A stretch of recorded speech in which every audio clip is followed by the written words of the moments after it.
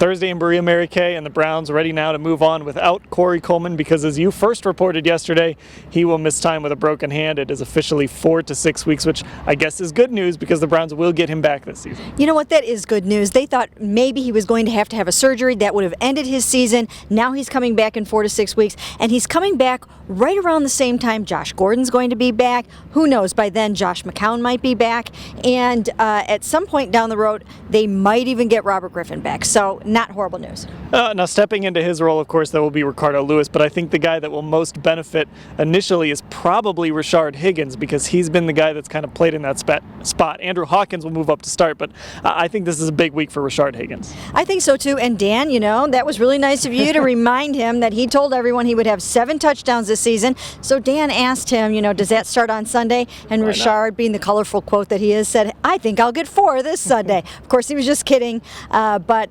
he's a lot of fun, and it's time for these young receivers to step up and put on their big boy pants.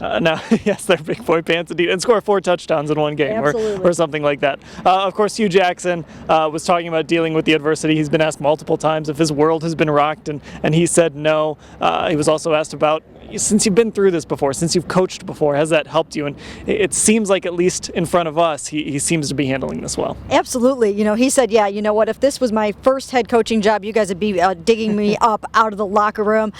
But, he's been through this before. He says he's built for this. And boy, what a 2 weeks it's been for Hugh Jackson. All right, Thursday in Berea, we'll have a Dolphins preview as well tomorrow. cleveland.com/Browns.